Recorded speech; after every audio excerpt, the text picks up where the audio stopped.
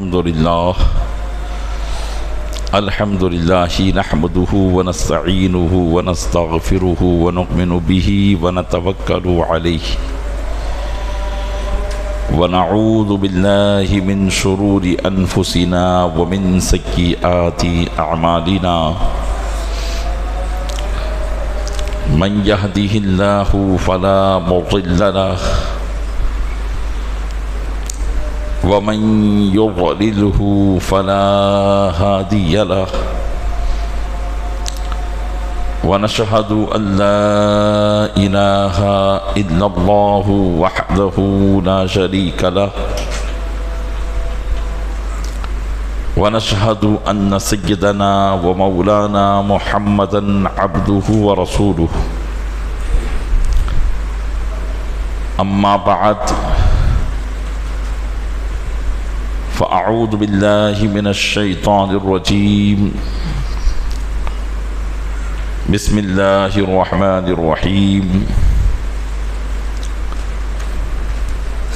الذين يتبعون الرسول النبي الأمي الذي يجدونه مكتوبا عندهم في التوراة والإنجيل يأمرهم بالمعروف وينهاهم عن المنكر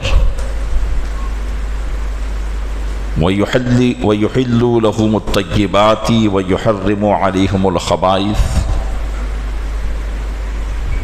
ويضع عنهم إصرهم والأغلال التي كانت عليهم إلى آخر الآية. آمنت بالله صدق الله مولانا العظيم وبلغنا رسوله النبي الأمين المكين الكريم ونحن على ذلك لمن الشاهدين والشاكرين والحمد لله رب العالمين. آئیے سب سے پہلے ہم اور آپ آقا انعامدار مدینے کے تاجدار دونوں عالم کے مالک و مختار نائب پروردگار گلشن ہستی کی اولی فصل بہار کے دربار گوہربار میں درود پاک کا قیمتی ہار پیش کریں. اللہم صلی علی سیدنا شفیعنا نبینا و مولانا محمد معدن الجود والکرم وآلہ وبارک وسلم. عقیدت و محبت کے ساتھ ایک مرتبہ اور پڑھیں. اللہم صلی علی سیدنا شفیعنا نبینا و مولانا محمد معدن الجود والکرم وآلہ وبارک وسلم. کمد خضراء کے تصور کے ساتھ ایک مرتبہ اور پڑھیں. اللہم صلی علی سیدنا شفیعنا نبینا و مولانا محمد معدن الجود والکرم منبع العلم والحلم والحکم وآلہ واصحابہ وبارک وسلم صلاۃ وسلاما سرمدا دائما ابدا علیک یا رسول اللہ.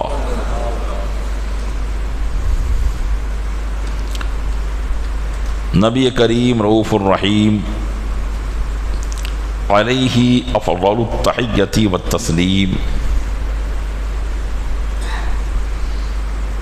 کی صفات کریمہ اللہ تبارک و تعالی نے قرآن مجید کی متعدد آیات میں ارشاد فرمائی ہے.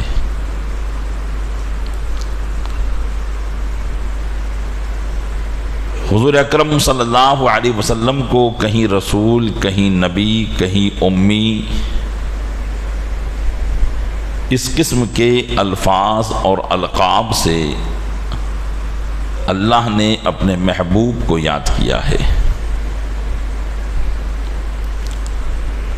اور متعدد صفات یعنی ایک ذات کے متعدد نام ہو تو اس ذات کے متعدد کمالات پر دلالت ہوتی ہے. جیسے کوئی بھی شخص ہے ذات کے اعتبار سے تو وہ ایک ہی ہے، لیکن وہ کام بہت سے کرتا ہے. تو اسے اس کے کام کے لحاظ سے بھی لوگ پکارتے ہیں۔ ایسے ہی بلا تمثیل اس بات کو سمجھیے، اللہ تبارک و تعالی کے مظہر اتم نبی اکرم صلی اللہ تعالی علیہ وسلم ہیں۔ اللہ تعالی نے اپنے محبوب کے ذمہ کرم پر اپنی مخلوق کے بہت سارے معاملات سپرد فرمائے ہیں۔ آپ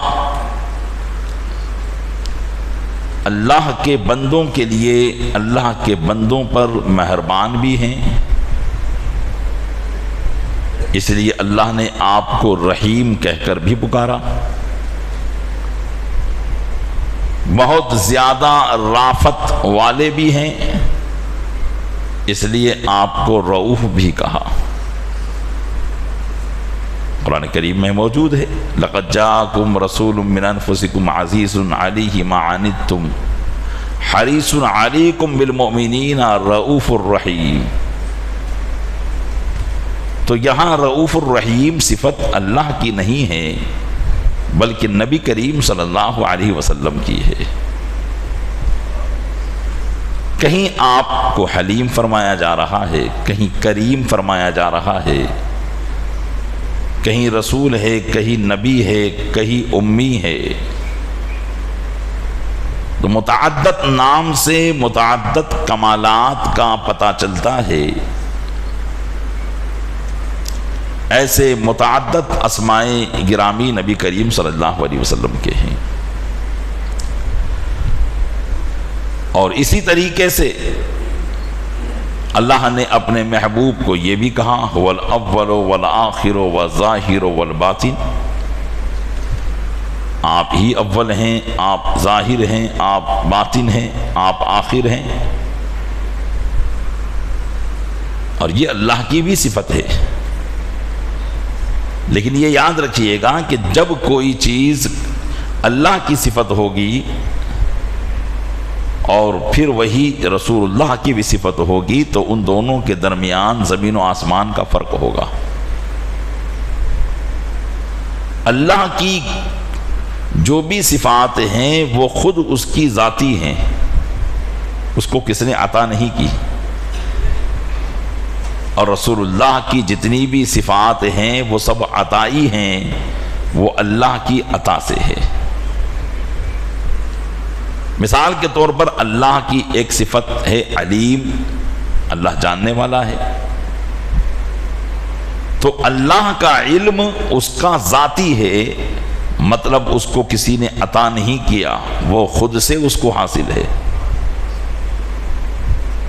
اور رسول اکرم صلی اللہ علیہ وسلم کے لیے بھی ہم عالم کا لفظ استعمال کرتے ہیں،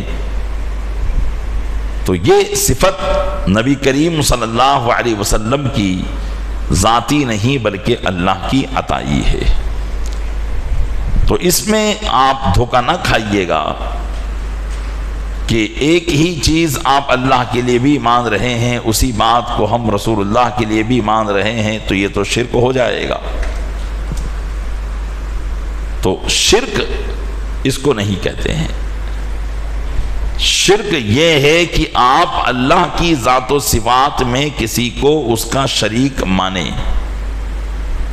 جیسے مثال کے طور پر ہم اللہ کے عالم غیب ہونے کو مانتے ہیں، تو ہم کیسے مانتے ہیں کہ اللہ کو جو غیب کا علم ہے وہ خود اس کا ذاتی ہے، اس کو کسی نے عطا نہیں کیا ہے،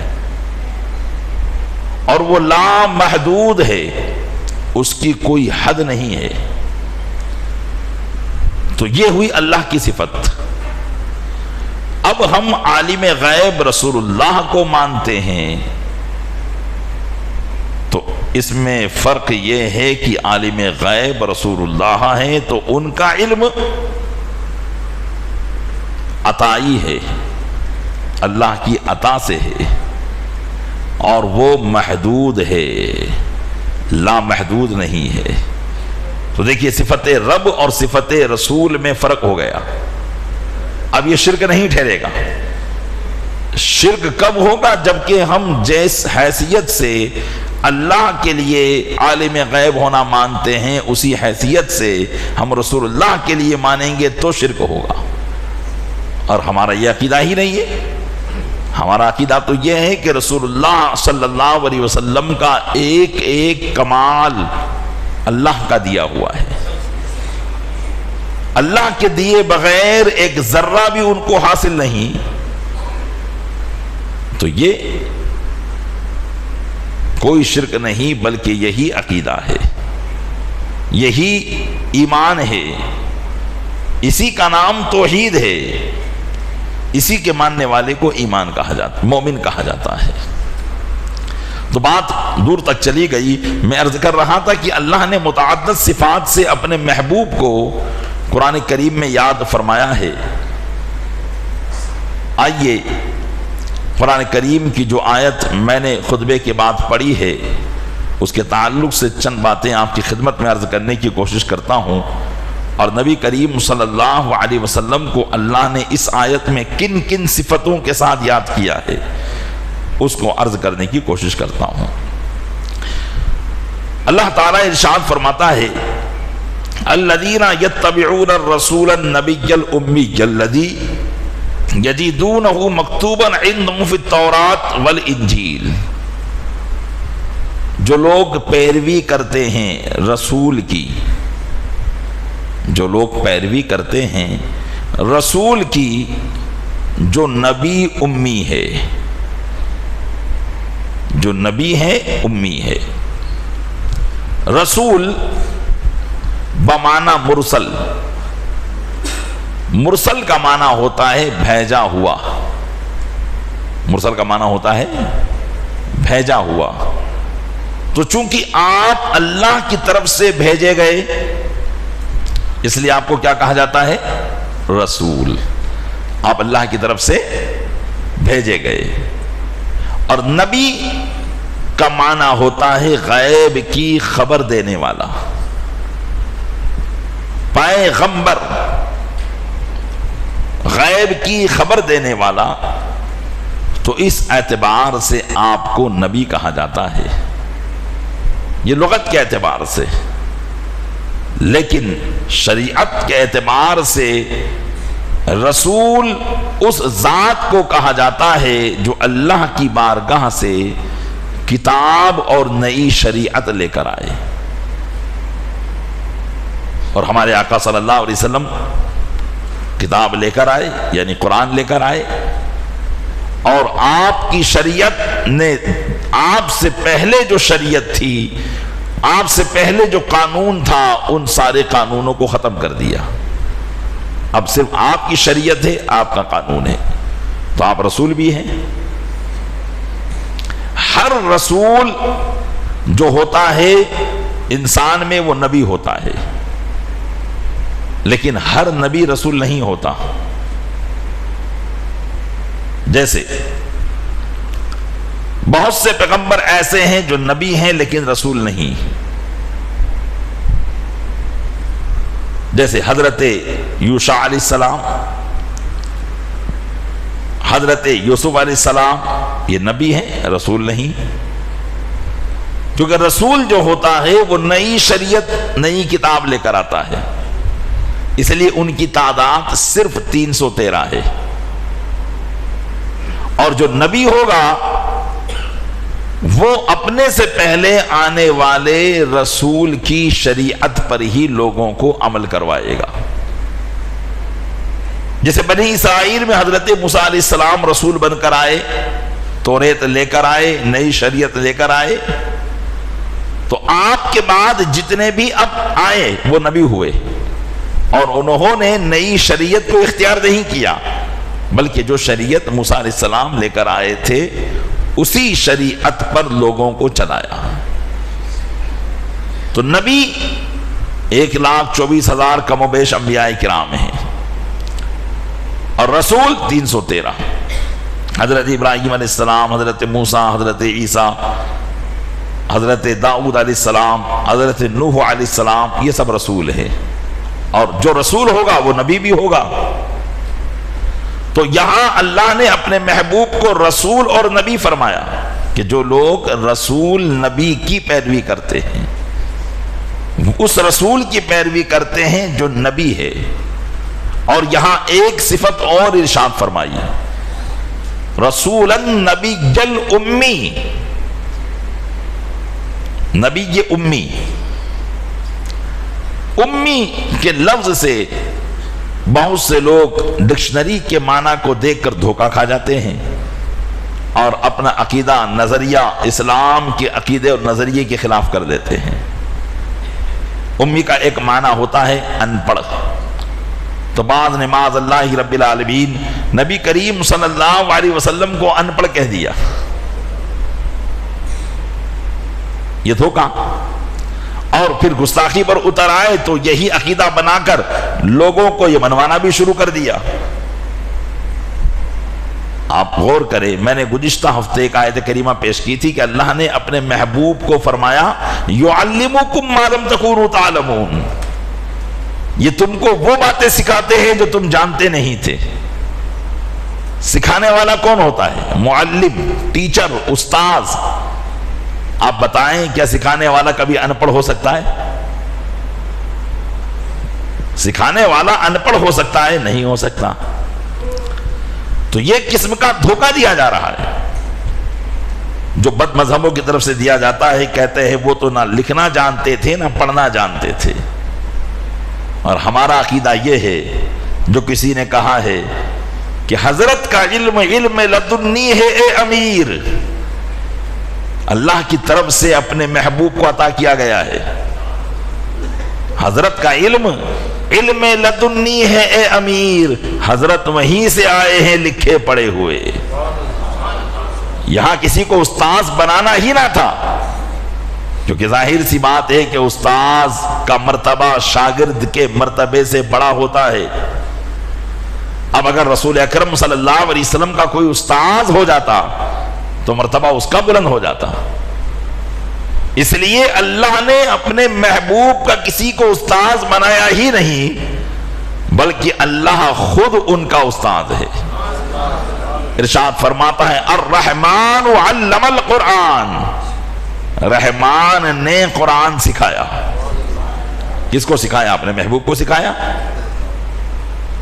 تو رحمان محبوب کو سکھانے والا معلم ہے، جس نے اپنے محبوب کو سکھایا ہے۔ تو بظاہر دنیا کے اندر کسی اسکول میں نہ جانا، بظاہر دنیا کے اندر کسی استاذ کے سامنے زانو ادب طے نہ کرنا، اس سے یہ لازم نہیں آتا کہ وہ ان پڑھ ہو۔ اللہ تبارک و تعالی اپنے فضل سے جسے چاہے بے واسطے عطا فرما دے۔ اور رسول اللہ صلی اللہ علیہ وسلم کو اللہ کی نعمت کس کے واسطے ملتی؟ جبکہ اللہ نے ساری نعمتوں کو آپ کے واسطے سے پیدا کیا ہے۔ وہ تو خود ہی اللہ کی بارگاہ میں سب سے بڑا وسیلہ ہے، سب سے بڑے وسیلے عظمیٰ رسول کی ذات ہے۔ تو اب ان کو کس کے ذریعے ملتا؟ بھئی ہمیں علم ملا ہمیں اپنے استاذ کے ذریعے، ہمارے استاذ کو علم ملا ان کے استاذ کے ذریعے، ہمیں کوئی نعمت ملی اپنے ماں باپ کے ذریعے، ہمیں کوئی بات ملی اپنے فلاں محسن کے ذریعے۔ ہر ایک دنیا کے اندر اس کو کسی نہ کسی واسطے سے ملا ہے، لیکن اللہ کے محبوب کی ذات تو رب کی بارگاہ میں سب سے بڑا وسیلہ ہے۔ تو انہیں کس کے واسطے سے دیا جاتا؟ انہیں خود اللہ نے عطا فرمایا ہے، اور ساری کائنات کو ان کے واسطے سے عطا فرمایا ہے، اور قانون بنا دیا ہے کہ جس کو جو بھی ملے گا وہ محبوب کے واسطے سے ملے گا۔ اس لیے ہمارا عقیدہ یہ ہے کہ بے ان کے واسطے سے خدا کچھ عطا کرے، بے ان کے واسطے سے خدا کچھ عطا کرے، حاشا غلط غلط یہ ہوس بے بصر کی ہے۔ ان کے واسطے کے بغیر اللہ کسی کو کچھ عطا فرماتا ہی نہیں ہے۔ انبیاء کرام کو نبوت بھی اللہ نے ان کے واسطے سے عطا فرمائی ہے، جیسا کہ گزشتہ ہفتہ کی تقریر میں آپ نے سماعت کیا تھا کہ اللہ نے سب سے پہلے اپنے محبوب کے نور کو پیدا کیا اور انہی ہی کے ذریعے سے اللہ نے ساری کائنات کو پیدا فرمایا ہے۔ تو ہر نعمت گویا کہ رسول اکرم صلی اللہ علیہ وسلم کے ذریعے ملی ہوئی ہے۔ تو اب امی کا معنی ڈکشنری میں دیکھ کر ان پڑھ نہیں کیا جا سکتا ہے۔ ہاں ڈکشنری میں آپ کو امی کا معنی ان پڑھ ملے گا، لیکن یہ بات خیال رہے کہ عربی زبان میں ایک لفظ کے کئی معنی ہوتے ہیں، اس لیے یہاں مقام ادب کا ہے۔ کون سا معنی کس وقت مراد لیا جائے گا، اس کے لیے ضروری ہے کہ کس ذات کے لیے وہ لفظ استعمال کیا جا رہا ہے۔ تو دیکھا جائے گا کہ جب یہ لفظ رسول کی ذات کے لیے استعمال کیا جا رہا ہے تو یہاں ان پڑھ نہیں کہا جا سکتا ہے۔ اگر امی کا معنی ان پڑھ کر لیں گے تو اللہ تو ان کو فرما رہا ہے یعلمکم ما لم تکونوا تعلمون، یہ تم کو وہ سکھاتے جو تم جانتے نہیں ہو، تم کو وہ باتیں سکھاتے جو تم جانتے نہیں ہو۔ تو سکھانے والا ایک جگہ اللہ فرمائے اور دوسری جگہ فرمائے کہ یہ نبی ان پڑھ ہے معاذ اللہ، تو تضاد ہوگا کہ نہیں ہوگا، ٹکراؤ ہوگا کہ نہیں ہوگا؟ قرآن کی ایک آیت دوسری آیت سے ٹکرا جائے گی، تو پتا چلا کہ ترجمہ ایسا کیا جائے کہ قرآن کی کسی آیت کا دوسری آیت سے ٹکراؤ نہ ہو۔ لیکن جن لوگوں کے دلوں میں عداوت ہوگی وہ اس طرح کی باتیں پیش کریں گے۔ آئیے عشاق علماء نے امی کا معنی کیا ہے، انہوں نے 3 وجہ بتائی ہے کہ نبی کریم صلی اللہ علیہ وسلم کو امی کیوں کہا گیا۔ فرماتے ہیں منسوب الی الام، یعنی ہوا علی ما ولدتہ امہ لم یکتب ولم یقرأ۔ امی کا مطلب ہوتا ہے یعنی وہ جو ماں کی طرف منسوب ہو، ماں کی طرف منسوب کرتے ہوئے آپ کو امی کہا گیا، کیونکہ عربی زبان میں ماں کو کہتے ہیں ام، عربی زبان میں ماں کو کیا کہتے ہیں؟ ام، اور باپ کو کہتے ہیں اب۔ تو آپ کو امی کہا گیا اپنی ماں کی طرف منسوب کرتے ہوئے، یعنی جیسا کہ نوزائیدہ یعنی نیا پیدا ہوا جو ابھی پیدا ہوا ہو، وہ لکھنا پڑھنا نہیں جانتا، اسی طرح حضور اکرم صلی اللہ علیہ وسلم بھی امی ہیں، یعنی ایک نوزائیدہ جب پیدا ہوتا ہے تو نہ اس نے کسی کے پاس پڑھا ہوتا ہے نہ لکھا ہوتا ہے۔ محبوب دو عالم کی ذات بھی ایسی ہی ہے کہ جیسا کہ وہ پیدا ہوئے تھے، مطلب یہ ہے کہ نہ تو انہوں نے کسی استاد سے لکھنا سیکھا نہ پڑھنا سیکھا، اس کے باوجود اللہ نے سارے جہان کا علم اپنے محبوب کو عطا فرما دیا ہے۔ وہ کسی کی بارگاہ میں گئی نہیں، اور جانا بھی کیسے تھا، استاذ کوئی بنتا کیسے، کیونکہ سب سے بڑا مقام تو اللہ کی بارگاہ میں اس کے محبوب کا ہے۔ تو اس لیے بھی آپ کو امی کہا گیا، ماں کی طرف منسوب، یعنی وہ ذات جو جس حالت پر پیدا ہوئی تھی اسی حالت پر رہی۔ مطلب یہ ہے کہ بچہ جب پیدا ہوتا ہے تو وہ نہ کسی کے پاس پڑھتا ہے نہ لکھتا ہے، رسول اکرم صلی اللہ علیہ وسلم بھی ایسے ہی رہے۔ اور دوسری توجیہ اس کی بیان کی ہے کہ آپ کو امی اس لیے بھی کہا جاتا ہے کہ مکہ کا ایک نام ام القریٰ ہے۔ مکہ کا ایک نام کیا ہے؟ ام القریٰ۔ قریٰ قریہ کی جمع، قریہ کہتے ہیں آبادی کو، اور مکہ کو ام القریٰ یعنی تمام آبادیوں کی اصل، کیونکہ مکہ مکرمہ ساری زمین کی اصل ہے، اس لیے کہ جب زمین پیدا ہوئی جہاں آج کعبہ ہے وہیں سے زمین کی بنیاد پڑی اور پھیلتے پھولتے کائنات میں پھیل گئی یہاں تک کہ یہ اتنی بڑی زمین ہے۔ تو پوری زمین کی اصل وہ مکہ ہے، اس لیے مکہ کا نام ام القریٰ ہے۔ اور میرے آقا صلی اللہ علیہ وسلم چونکہ مکہ کے رہنے والے ہیں اس لیے ان کو امی کہا جاتا ہے۔ جیسے احمد آباد کے رہنے والے کو احمد آبادی، مکہ کے رہنے والے کو مکی، مدینہ کے رہنے والے کو مدنی، ایسے ہی چونکہ مکہ کا ایک نام ام القریٰ ہے اس لیے اللہ نے اپنے محبوب کو اسی نام کی طرف منسوب کر کے امی فرمایا ہے۔ ایک وجہ یہ ہے، اور تیسری وجہ بعض علماء کی رائے یہ ہے کہ آپ کو امت کی طرف منسوب کر کے امی کہا گیا ہے، یعنی حضور اکرم صلی اللہ علیہ وسلم امی ہیں، مطلب صاحب امت ہیں، امت والے ہیں، امت والے ہیں، اس وجہ سے آپ کو امی کہا گیا۔ بہرحال تو امی کی یہ توجیحات ان علماء نے کی جن کے دلوں میں رسول اکرم صلی اللہ علیہ وسلم کا عشق تھا۔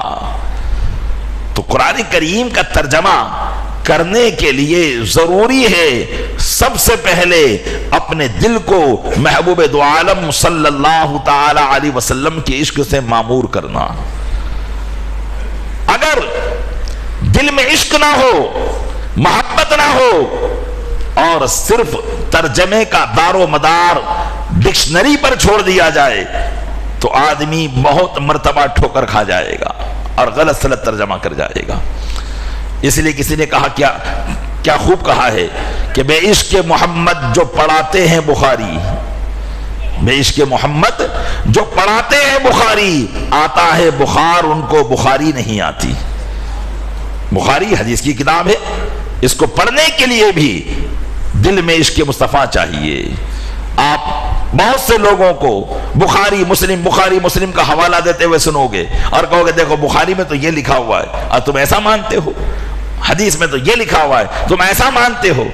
تو ہم کہتے ہیں کہ بخاری کو سمجھنے کے لیے سب سے پہلے اللہ کے محبوب کا عشق چاہیے، اس لیے کہ امام بخاری نے بھی جب اللہ کے محبوب کے فرمانات کو لکھا، امام بخاری نے ان حدیثوں کو جمع کیا تو ان کے بارے میں بتایا جاتا ہے کہ جب بھی کسی حدیث کو لکھتے رسول اکرم صلی اللہ علیہ وسلم کے فرمان کا ادب کرنے کے لیے، حدیث کیا ہے؟ حدیث وہ ہے جو رسول اکرم صلی اللہ علیہ وسلم کی زبان مبارک سے نکلا، وہ حدیث۔ تو جب وہ کسی حدیث کو لکھتے اپنی کتاب میں تو اس کے لکھنے سے پہلے غسل کرتے ادب میں۔ دیکھو کیسا عشق تھا امام بخاری کو۔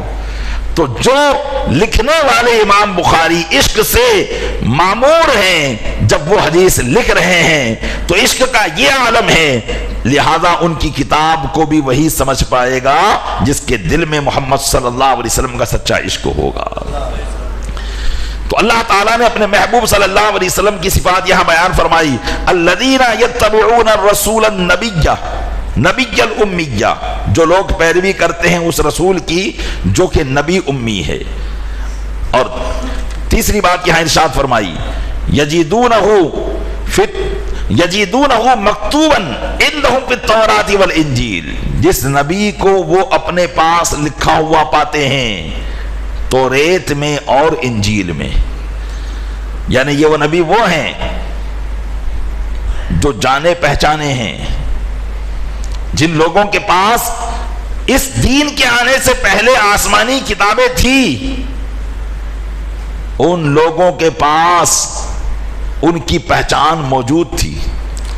فرمایا گیا یجدونہ مکتوبا عندہم فی التوراۃ والانجیل، جس نبی کو وہ اپنے پاس موجود کتاب توریت اور انجیل میں پاتے ہیں۔ یہود و نصارہ نبی کریم صلی اللہ علیہ وسلم کو بالکل پہچانتے تھے، حالانکہ ہر زمانے میں انہوں نے کوشش کی اپنی کتاب میں رد و بدل کرنے کی، اپنی کتاب میں تبدیلیاں کرنے کی، تحریف کرنے کی کوششیں کی تاکہ نبی کریم صلی اللہ علیہ وسلم کی شان میں توریت اور انجیل کی جو آیتیں تھی وہ ختم ہو جائے۔ لیکن اللہ کے محبوب صلی اللہ علیہ وسلم کا تذکرہ جو اللہ نے قرآن سے پہلے نازل ہونے والی کتابوں میں نازل کیا تھا، ہزار کوششیں کرنے کے باوجود بھی پوری طریقے سے وہ ان باتوں کو مٹا نہیں سکے۔ آج بھی جو کتابیں جیسے بائبل وغیرہ پائی جاتی ہیں اس کے اندر کچھ نہ کچھ نبی کریم صلی اللہ علیہ وسلم کی جو ہے باتیں موجود ہیں۔ یہ اور بات ہے کہ اس کو چھپایا جا رہا ہے، یہ اور بات ہے کہ اسے بتایا نہیں جا رہا ہے، اس لیے کہ اگر چھپا دیا جائے، چھپایا نہ جائے، بتا دیا جائے تو جن لوگوں کی روزی روٹی ان کے مذہب کی بنیاد پر چلتی وہ سب ختم ہو جائے گی. بڑے بڑے جوگی، بڑے بڑے راہب، پادری، پنڈت ان باتوں کو جانتے ہیں. جیسا کہ یہاں ایک حوالہ میرے پاس ہے جو British and foreign Bible society Lahore کی چھپی ہوئی کتاب 1931 میں بائبل میں شائع کردہ یوحنا کی انجیل کے باب نمبر 14 کی 16ویں آیت میں ہے. نبی کریم صلی اللہ علیہ وسلم کا ذکر کیا گیا انجیل کے اندر، جس کو بائبل کہا جاتا ہے موجودہ زمانے میں. اس میں ہے کہ اور میں باپ سے درخواست کروں گا تو وہ تمہیں دوسرا مددگار بخشے گا جو ابد تک تمہارے ساتھ رہے گا. جو کہ معاذ اللہ حضرت عیسیٰ علیہ السلام کے تعلق سے عیسائیوں کا عقیدہ یہ ہے کہ وہ اللہ کے بیٹے ہیں. تو اس لیے انہوں نے کتابوں میں چینجنگ کی ہے، بہت چینجنگ کی ہے، اور آج سے نہیں، قرآن کی نازل ہونے سے پہلے سے یہ چینجنگ کرتے ہوئے آ رہے ہیں، تبدیلیاں کرتے ہوئے آ رہے ہیں. لیکن دیکھیے بعض جگہ پر اللہ نے ان کے دماغوں سے بھی وہ بات ختم کر دی کہ وہ اس بات کو ختم کرے. اس لیے آج بھی ان کی کتابوں میں رسول اکرم صلی اللہ علیہ وسلم کے تعلق سے باتیں پائی جاتی ہیں. جیسا کہ یہ یوحنا کی انجیل کے باب 14 اور 16ویں آیت کے اندر یہ آیت موجود ہے کہ حضرت عیسیٰ علیہ السلام نے موجودہ عیسائیوں سے کہا کہ میں باپ سے یعنی خدا سے درخواست کروں گا کہ وہ تمہارے پاس دوسرا مددگار بھیجے جو ابد تک تمہارے ساتھ ساتھ رہے. یہاں لفظ مددگار سے مراد نبی کریم صلی اللہ علیہ وسلم کی ذات ہے. اور آپ جان سکتے ہیں کہ حضرت عیسیٰ علیہ السلام کے بعد اللہ کے پیغام کو لے کر کون آیا؟ رسول اکرم صلی اللہ علیہ وسلم تو آئے، وہی تو آئے جو تمام لوگوں کے لیے شفیع یعنی اللہ کی بارگاہ میں ان کی سفارش کرنے والا بن کر آئے ہیں. اور پھر ان کے دین نے سارے دین کو ختم کر دیا اور اب ان کا ہی دین باقی رہے گا، اب کوئی دین نہیں آنے والا ہے. تو دیکھیے یہ علامت اور یہ بات میرے آقا علیہ السلام کی صفت میں انجیل میں موجود ہے. پھر اسی باب کی آیت نمبر 30 اور 29 میں ہے کہ اور اب میں نے تم سے اس کے ہونے سے پہلے کہہ دیا ہے تاکہ جب وہ ہو جائے تو تم یقین کر لو. اس کے بعد میں تم سے بہت سی باتیں نہ کروں گا کیونکہ دنیا کا سردار آتا ہے اور مجھ میں اس کا کچھ بھی نہیں ہے. یعنی اب جو دنیا کا سردار آئے گا، اور دنیا کا سردار یہ کیا ہے؟ اسی کا ترجمہ اگر عربی میں کیا جائے تو اس کا معنی ہوتا ہے سید عالم، کہ اب دنیا کا سردار آتا ہے اور ان میں جو خوبیاں، ان کے جو مقامات ہیں، ان مقامات میں مجھ میں کچھ بھی نہیں ہے. یہ حضرت عیسیٰ علیہ السلام نے بشارت دی تھی اپنے ماننے والوں کو. اسی طرح باب 16 کی آیت نمبر 7 میں ہے لیکن میں تم سے سچ کہتا ہوں کہ میرا جانا تمہارے لیے فائدہ مند ہے، کیونکہ اگر میں نہ جاؤں گا تو وہ مددگار تمہارے پاس نہ آئے گا، لیکن اگر جاؤں گا تو اسے تمہارے پاس بھیج دوں گا. اور اسی باب کی آیت نمبر 13 میں ہے لیکن جب وہ یعنی سچائی کا روح آئے گا تو تم کو تمام سچائی کی راہ دکھائے گا، اس لیے کہ وہ اپنی طرف سے نہ کہے گا لیکن جو کچھ سنے گا وہی کہے گا اور تمہیں آئندہ کی خبریں دے گا.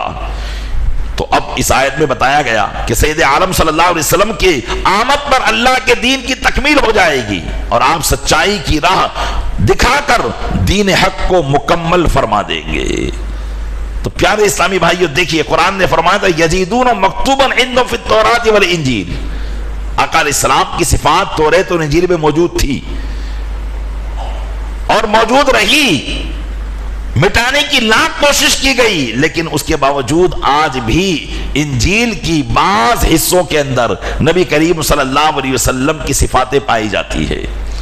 قرآن نے اسی بات کو فرمایا تھا کہ یہ وہ نبی آ رہے ہیں جس کو تم لکھا ہوا پاتے ہو. کون؟ اے یہودیو، اے عیسائیو، تم ان نبی کو اپنے پاس موجود توریت اور انجیل میں لکھا ہوا پاتے ہو.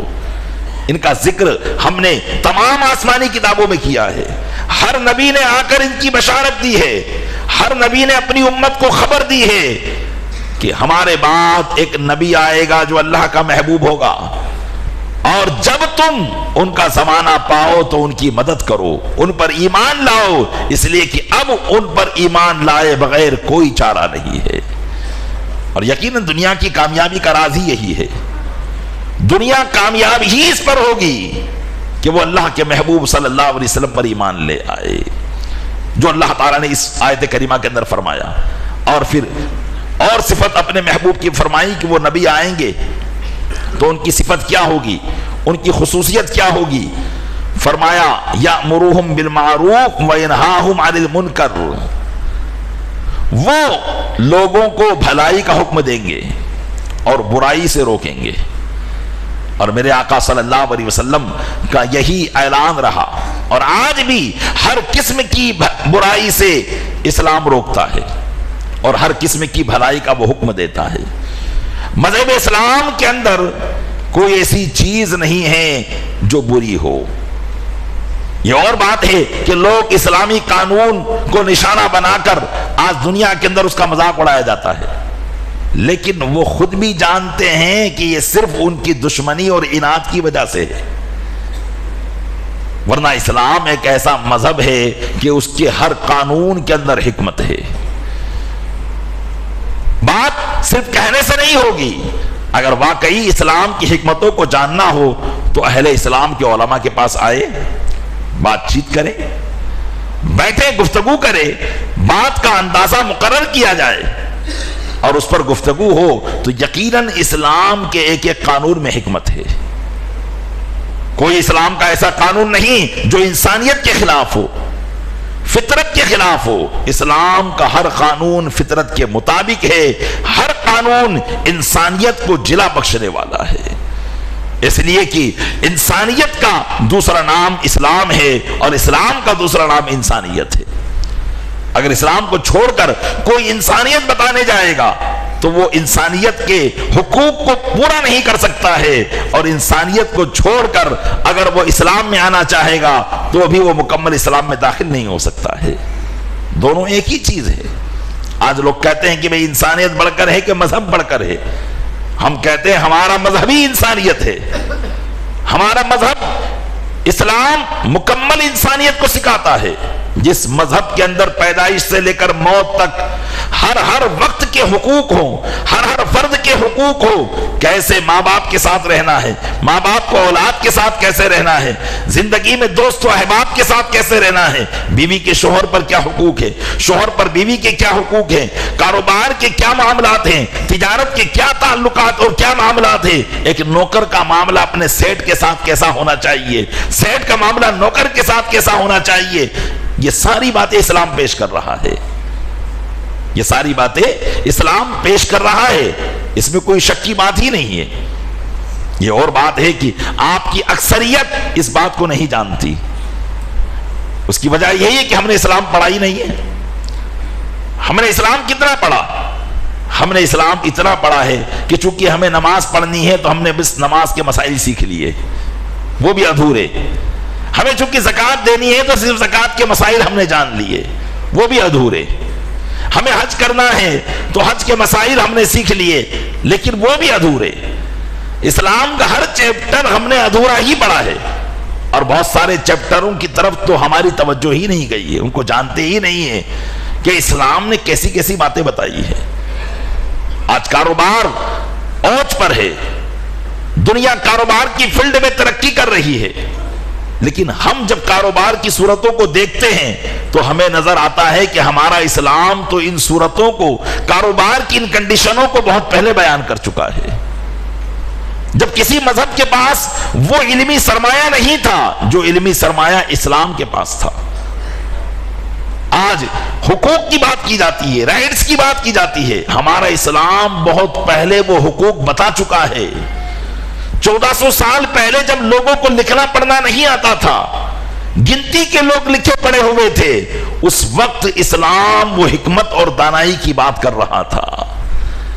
تو پیارے اسلامی بھائیوں، اسلام کو واقعی مسلمان بھی سمجھ نہ سکے اور ذرا ذرا سی بات کو سن کر ادھر ادھر کی وہ خود شکوک و شبہات میں پڑ جاتے ہیں اس لیے میں کہتا ہوں کہ آپ اسلام کو پڑھیے، قریب آئیے اسلام کے، اور ایسے مسلمان بنیے کہ آپ کو دوسرے دیکھ کر مسلمان بن جائے۔ آپ کی زندگی سیرت مصطفیٰ صلی اللہ علیہ وسلم کی نمونہ ہو، آپ کی زندگی رسول اکرم صلی اللہ علیہ وسلم کی سنت کی نمونہ ہو، آئینہ دار ہو، تصویر ہو کہ جو آپ کو دیکھے آپ کے اندر مکمل اسلام نظر آئے۔ اور اس میں کوئی ہماری دنیاوی ناکامی نہیں ہے، دنیاوی ترقی ہی ترقی ہے۔ آپ سوچیں گے بھئی یہ کریں گے تو کاروبار میں کمی ہو جائے گی، آج ہر ایک کے لیے اس کا کاروبار حرز جاں بنا ہوا ہے، کاروبار میں کمی نہیں آنی چاہیے، اسی کے پیچھے لگے ہوئے ہیں۔ پیارے اسلامی بھائیوں، یقیناً غور کریں ہماری اس بات پر، آپ غور کریں کہ یہ کاروبار ہمیں کہاں تک سکون دے رہا ہے، یہ بزنس ہمیں کہاں کی ترقی دکھا رہا ہے۔ اتنا کرنے کے باوجود بھی تو ہم محکوم ہی ہیں، اتنا کرنے کے باوجود بھی تو ہم غلام پر غلام بنتے چلے جا رہے ہیں۔ حاکمیت ہمارے ہاتھ میں آ ہی نہیں رہی ہے، عقائیت ہمارے ہاتھ میں آ ہی نہیں رہی ہے۔ تو آپ سمجھ لیں، یہ نقطہ ہے، آپ سمجھ لیں کہ حقیقت میں مسلمانوں کی کامیابی رسول اکرم صلی اللہ علیہ وسلم کے قدموں میں ہے۔ اس سے دور جانا ہمارے لیے ناکامی ہے، بربادی ہے، اور وہ ہم دیکھ رہے ہیں، وہ ہمارے سامنے ہے۔ تو یہی اسلام ہے جو اللہ نے فرمایا کہ وہ نبی بھلائی کا حکم دے گا، برائی سے روکے گا، ہر برائی سے روکے گا اور ہر بھلائی کا حکم دے گا۔ اور اس کی خصوصیت کیا ہوگی؟ فرمایا یحل لہم الطیبات، لوگوں کے لیے پاکیزہ چیزوں کو حلال کر دے گا، وَيُحَرِّمُ عَلَيْهِمُ الْخَبَائِثِ، اور لوگوں کے لیے بری چیزوں کو حرام کر دے گا۔ آج بتائیں مذہب اسلام کے علاوہ کوئی مذہب ہے جو شراب کو حرام کہتا ہو؟ ہانی کارک سب کہتے ہیں، لیکن حرام کہ جس کے پینے پر مسلمان کو کوڑے لگائے جائیں، اگر اسلامی حکومت ہو تو یہ صرف اسلام اس بات کی ضمانت دیتا ہے، کیونکہ اسلام انسان سے برائی کو ختم کرنا چاہتا ہے۔ انسان میں برائی آئے گی اور شراب برائیوں کی جڑ ہے، نہ جانے شراب سے کتنی برائیاں جنم لے رہی ہے، اور نہ جانے شراب کے کاروبار پر کتنا کرپشن ہو رہا ہے، سب پریشان ہیں۔ یہ تو ایک مثال ہے، ایسی نہ جانے کتنی خباثتوں کو اسلام حرام کر دیتا ہے، اس وجہ سے تاکہ انسان کے اندر انسانیت کی نشو نما ہو، نہ کہ انسان میں حیوانیت کی نشو نما ہو۔ آج انسان حیوان بنا ہوا ہے، کسی پر ظلم کرنے میں دریغ نہیں کرتا، سوچتا نہیں ہے۔ آج بچہ قتل و غارت گری پر اترا ہوا ہے کہ نہیں اترا ہوا ہے؟ آپ اپنے محلے کا ماحول دیکھیے، آپ اپنے معاشرے کا ماحول دیکھیے۔ ایک بچے کی عمر ابھی 10-12 سال نہیں ہوئی، چاقو لے کر گھوم رہا ہے۔ ایک بچے نے ابھی جوانی کے دہلیز پر قدم نہیں رکھا، ہمیں قتل کرتا ہوا نظر آ رہا ہے۔ یہ میں اپنے معاشرے کی بات کر رہا ہوں، یہ میں کسی اور معاشرے کی بات نہیں کر رہا ہوں۔ روز مرہ آپ ایسے حالات دیکھ رہے ہیں۔ کیوں؟ اس لیے کہ ہم نے ان برائیوں کو جس کو اسلام نے حرام قرار دے دیا تھا، جن چیزوں کو اسلام نے حرام قرار دے دیا تھا، آج ہمارے دل اسی طرف لگے ہوئے ہیں، جبکہ قرآن نے فرمایا کہ یہ محبوب جو آ رہے ہیں بری چیزوں کو حرام کر دیں گے۔ ان بری چیزوں کو کبھی ہم آنکھوں سے دیکھ رہے ہیں، ان بری چیزوں کو کبھی ہم اپنی غذا بنا رہے ہیں، ان بری چیزوں سے کبھی ہم لطف اندوز ہو رہے ہیں، سیر و تفریح کے نام پر ان بری چیزوں کو ہم گلے سے لگائے ہوئے ہیں۔ تو اس لیے حیوانیت پیدا ہو رہی ہے، انسانیت نہیں۔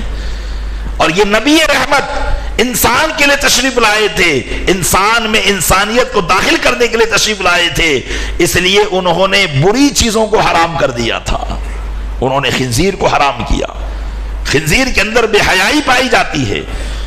انہوں نے طیب حلال کیا، چونکہ بکری کے اندر حیا پائی جاتی ہے، جس کا اثر جسم کے اندر ظاہر ہوتا ہے، انسان کی عادت و اطوار میں ظاہر ہوتا ہے، لیکن یہی انسان جب ان حلال چیزوں کو حرام کی طرف جاتا ہے تو پھر اس سے انسانیت ختم ہو کر اس میں حیوانیت داخل ہو جاتی ہے۔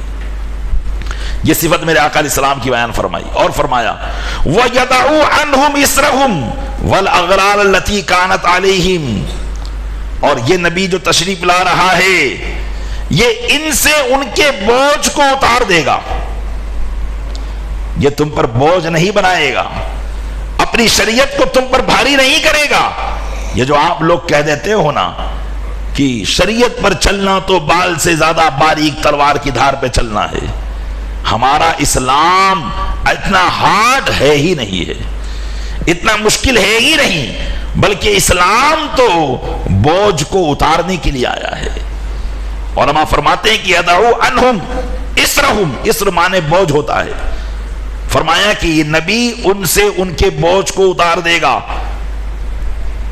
علماء فرماتے ہیں اس کی تفسیر میں یعنی وہ مشکل اعمال جو بنی اسرائیل پر لازم تھے، یہ نبی آنے کے بعد ان سے ان مشکل اعمال کو ختم کر دے گا۔ کون سے مشکل اعمال بنی اسرائیل پر تھے، اس کی چند جھلکیں سماعت کر کے میں اپنی گفتگو ختم کرتا ہوں۔ وہ مشکل اعمال، کپڑا ناپاک ہو جائے، کپڑے کو جس حصہ سے ناپاک ہوا ہے اس حصے سے کاٹ کر پھینک دیا جائے، یہ مشکل عمل تھا، یہ بنی اسرائیل پر لازم تھا۔ اگر نجاست والے کپڑے کو کاٹ کر نہ پھینکا گیا تو گناہگار ٹھہریں گے۔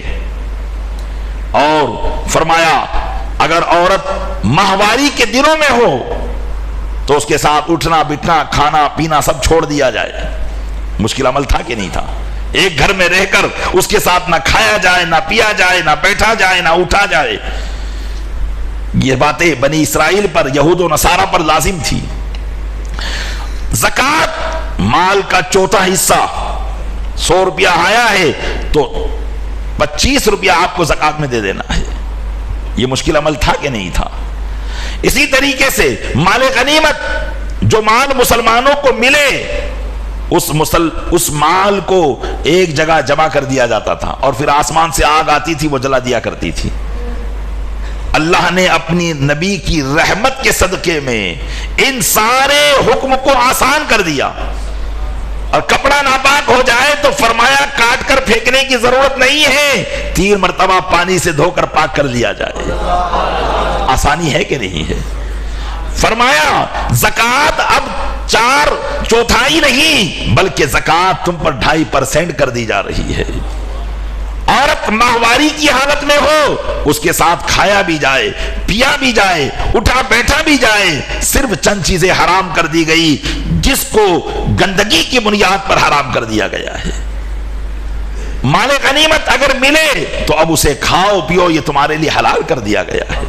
اسی کو قرآن نے فرمایا کہ نبی جو آ رہے ہیں یدعو عنہم اسرہم، ان سے بوجھ کو اتار دے گا۔ شریعت میں جو پہلے قانون ہارڈ تھے، مشکل تھے، اب ان قانونوں کو یہ آسان کر دے گا۔ اب ان قانونوں کو منسوخ کر کے اب رحمت والے قانون کو جاری و ساری فرما دے گا۔ پیارے اسلامی بھائی غور کرتے چلے جاؤ، اسلام کوئی مشکل مذہب نہیں ہے، بلکہ چونکہ ہمارا نفس موٹا ہو چکا ہے اس لیے اسلام کی بات ہمیں مشکل لگتی ہے۔ اگر یہی نفس ہمارا اللہ عز و جل کی بارگاہ کا پیروکار بن جائے تو پھر مسلمان ان سارے کاموں کو خوش دلی سے کرتا ہوا نظر آئے گا۔ اللہ تعالیٰ اپنے محبوب صلی اللہ علیہ وسلم کے صدقے میں ہمیں واقعی اپنے محبوب کی پیروی کرنے کی توفیق عطا فرمائے۔ آمین بجان